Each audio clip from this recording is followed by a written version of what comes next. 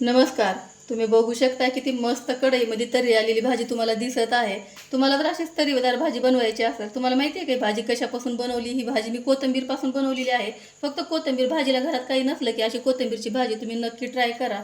तुम्ही बघू शकता किती छान दिसते. या भाजी खाल्ल्याच्या नंतर तुम्ही शेवभाजी देखील विसरून जाल. बनवायला पण खूप सोपी आहे, पण चवीला खूप भारी आहे. चला तर मग रेसिपीला सुरुवात करूया. कोथिंबीरची चमचमीत भाजी बनवण्यासाठी मी इथे खोबरं घेतलेलं आहे. खोबरं थोडंसं पातळ असं हे चिरून घेतले. 1 चमचा धने घेतलेले आहेत, 2 चमचे शेंगदाणे, 1 चमचा तीळ घेतलेले आहेत, अर्धा इंच अद्रकचा तुकडा घेतला आहे, 10-12 लसणाच्या पाकळ्या घेतलेल्या आहेत, कांदा घेतलेला आहे. कांदा मी गॅसवर भाजून घेतला आहे आणि एक टोमॅटो घेतला आहे.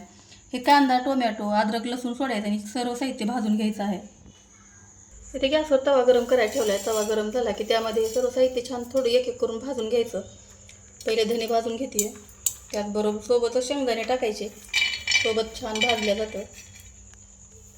याला छान असं आलटून पलटून भाजून घ्यायचं आहे. इथे छान असे धने भाजलेले आहेत, तुम्ही बघू शकता. शेंगदाणे बाजूला करायचे आणि थोडेसे खालचे धने आहेत ते बाजूला काढून घ्यायचे, नाहीतर धने पूर्ण करपून जातील आणि शेंगदाणे ते तसेच कच्चे राहतील. म्हणून मी धने बाजूला काढून घ्यायचे आणि शेंगदाणे थोडेसे परत परतून घ्यायचे आहेत.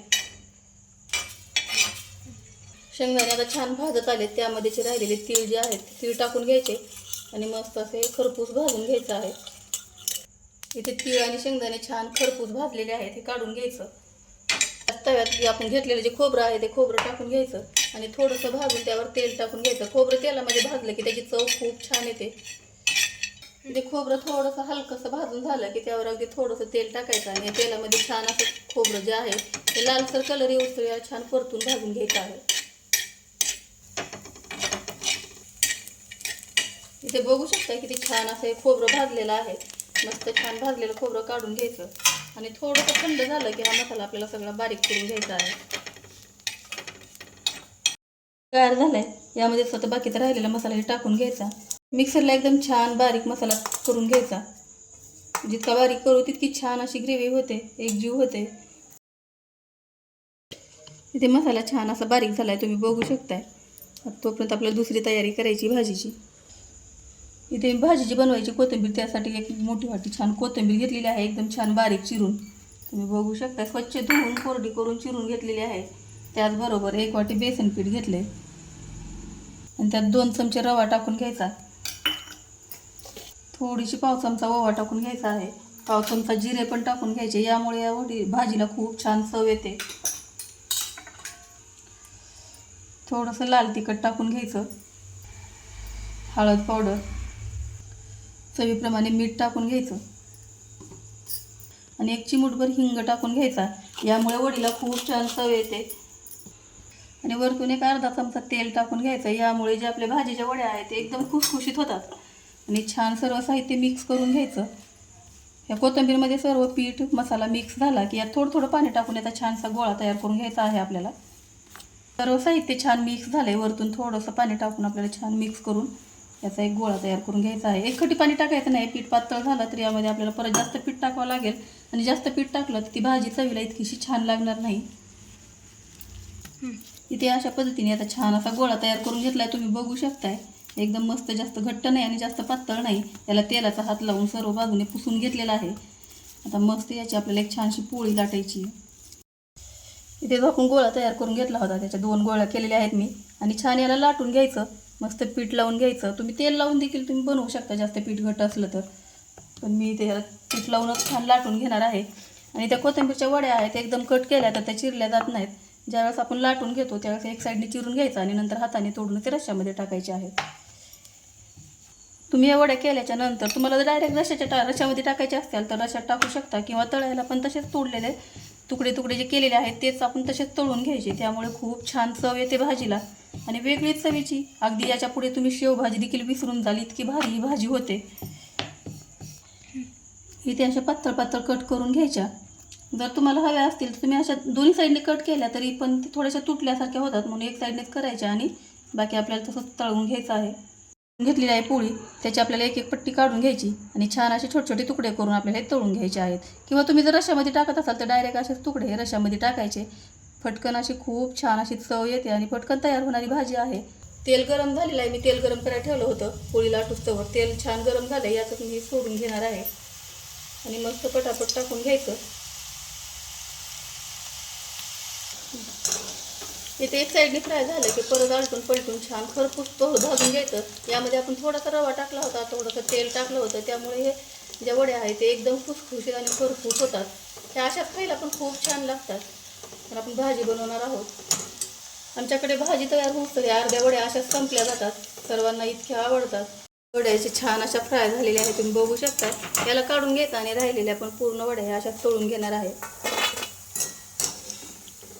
अशा पद्धतीने मी सर्व वड्या ह्या छान अशा तळून घेतलेल्या आहेत. तुम्ही बघू शकता किती मस्त झालेल्या आहेत. भले याला जास्त आकार नाही, पण ही भाजी इतकी चमचमीत होते. सगळे विचारतील कसं बनवली म्हणून. आता याच कढईमध्ये मी आता छान ग्रेव्ही करायला ठेवणार आहे. तेल जास्त आहे, यातलं थोडंसं तेल कमी करायचं आणि बारीक करून घेतलेला मसाला यामध्ये टाकायचा. तेल गरम आहे, यात मसाला सोडून घ्यायचा. असं तेलामध्ये परतून घ्यायचा.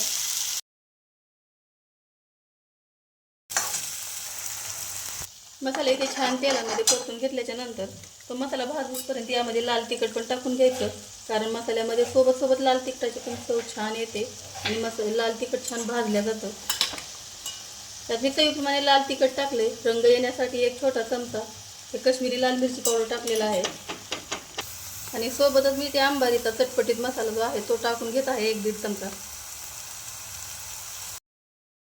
मसाला हे टाकल्याच्या नंतर छान परतून घ्यायचं आणि अगदी 2 चमचे पाणी टाकून त्याला छान या मसाल्याला शिजायला ठेवायचं आहे. मी मिक्सरचं भांडं विसरून 2 चमचे पाणी यामध्ये टाकून घेतलेलं आहे आणि यावर झाकण ठेवायचं आणि तेल सुटूस तर तेलामध्ये परतून घ्यायचा मसाला. त्याला भाज्या ठेवलेला होता. मस्त असं मसाल्याने तेल सोडले. तुम्ही बघू शकता किती छान तेल सुटलेलं आहे मसाल्याला. आपला मसाला छान भाजून तयार झाला. त्याला मस्त पळी फिरवून हलवून घ्यायचं आणि यामध्ये आपल्याला पाणी टाकून घ्यायचं ग्रेव्हीसाठी.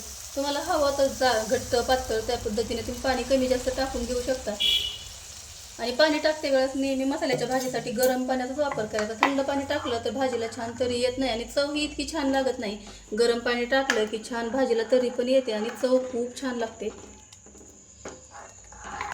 ह्या भाजीची ग्रेव्ही थोडीशी पातळ ठेवायची. ग्रेव्ही जी आहे ती वड्यामध्ये मुरते आणि आपली भाजी थोडी घट्टसर होते. त्यासाठी सुरुवातीलाच यामध्ये थोडंसं पाणी शिल्लक टाकायचं. नंतर ही भाजी आपली छान रसरशीत राहिली पाहिजे. अशी पातळसरी ग्रेव्ही करून घेतलेली तुम्ही बघू शकताय. आता याला छान आपल्याला उकळी येऊस याला शिजवायचं आहे. छान अशी उकळी आलेली आहे. उकळी आल्याच्या नंतर इथे चवीप्रमाणे मीठ टाकून घ्यायचं. अगोदर मीठ टाकलेलं नव्हतं. मीठ टाकल्याच्या नंतर मस्त पळी फिरवून याला मिक्स करून घ्यायचं आणि आपण केलेल्या वड्या यामध्ये सोडून घ्यायच्या आहेत. आता भाजीमध्ये तुम्हाला वड्या किती टाकायच्या त्या हिशोबाने तुम्ही टाकून घेऊ शकता. आणि जेवणामध्ये कोरड्या ताटाला पण द्यायच्या, म्हणजे सोबत खाण्यासाठी पण खूप छान लागतात. आणि वड्या टाकल्याच्या नंतर याला मस्त पळी फिरवून 1-2 मिनिट यामध्ये शिजू द्यायच्या.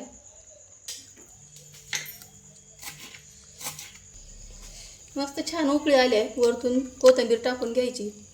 परत मिक्स करून घ्यायचं आणि थोडासा वेळ याला परत शिजू द्यायचं. इथे मस्त आपली अशी ही चमचमीत भाजी तयार झाली आहे. तुम्ही बघू शकता किती छान अशी दिसायला लागलेली आहे. एकदम गरम गरम असल्यामुळे याची तरी तुम्हाला दिसत नाहीये, पण एकदम मस्त तरीदार ही भाजी झालेली आहे. तुम्हाला जर कोथिंबीरच्या भाजीची रेसिपी आवडली असेल तर व्हिडिओला लाईक करा, शेअर करा. चॅनलवर पहिली वेळ असाल तर चॅनलला सबस्क्राईब करा. व्हिडिओ पाहिल्याबद्दल धन्यवाद. थँक्यू.